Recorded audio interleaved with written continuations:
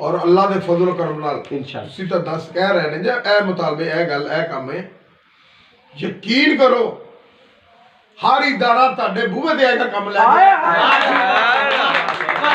क्या बात है, चल के आएगा इंशाअल्लाह काम। क्या बात है, क्या बात है। इंज चाहिदा राणा साहब होना भी इंज चाहिदा। मैं आम आदमी दी आवाज आ ते आम आदमी दे घर चल के आएगा इंशाअल्लाह अल्लाह दे फजल करम नाल। बड़ी अच्छी सोच है, अच्छी सोच। राणा साहब साडी पुल दे बारे जरूर सोचना है, ए लाजमी सोचना है। राणा साहब बहुत बड़े परेशान है। मैं अर्ज कीती उस बाईपास तो लग के हाय हाय ते उस बाईपास तक लेटर पा देना। एक तोड़ो तोड़ नाला बनवावांगा, पक्के नाला बनेगा। क्या बात है, क्या बात है, क्या बात है, क्या बात है। नाल पुलियां वड्डियां बनन दियां बेहतरीन मौका बनेगा। तुसी समझ लेना कि जिवें लाहौर दा पिछे वाली नहर बन गई है इंशाअल्लाह। क्या बात है, क्या बात है।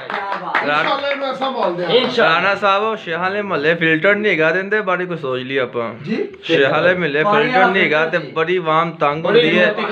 ਇੱਕ ਦਿਨ ਨਾਲ ਦਿੰਦਾ ਪਾਣੀ ਆਂਦਾ ਨਹੀਂ 6-6 ਦਿਨ 5-5 6-6 ਦਿਨ ਤੇ ਇੱਥੇ ਫਿਲਟਰ ਬਣੇ ਹੋਏ ਰਾਣਾ ਸਾਹਿਬ फिल्टर नहीं लगा इत्थे नहीं लगे राणा साहब। मैं इंशाअल्लाह सब नालों पहले अल्लाह पाक मैनू इज्जत बख्शेगा ते सब नालों पहले इक़्तिदार विच आन ते विच सब नालों पहले इस बादी दा फिल्टर बनवावांगा। क्या वाह क्या बात है। फिल्टर बनवावांगा। ਰਾਣਾ ਸਾਹਿਬ ਤੁਹਾਡੀ 2 ਦਿਨ ਪਹਿਲੇ ਵੀਡੀਓ ਵੇਖੀ ਗਾਦੇ ਸ਼ੇਰ ਨੇ ਤੁਹਾਨੂੰ ਬੁਲਾਇਆ ਹੈ।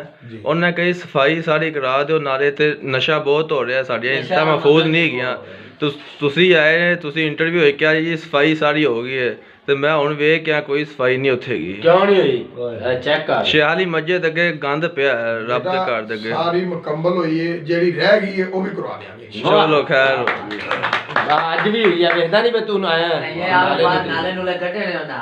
इंशाल्लाह कोई चीज नहीं रहेगी इंशाल्लाह ठीक हो जाएगा। नाले बाहर कटे नहीं पा देखे नहीं हुआ। आप राय बयान करो जे अगर ਰਾਣਾ ਸਾਹਿਬ 8 ਫਰਵਰੀ ਨੂੰ ਇਲੈਕਸ਼ਨ ਮੁਕੰਮਲ ਹੋ ਜਾਸੀ ਕਿ जी ਨਹੀਂ?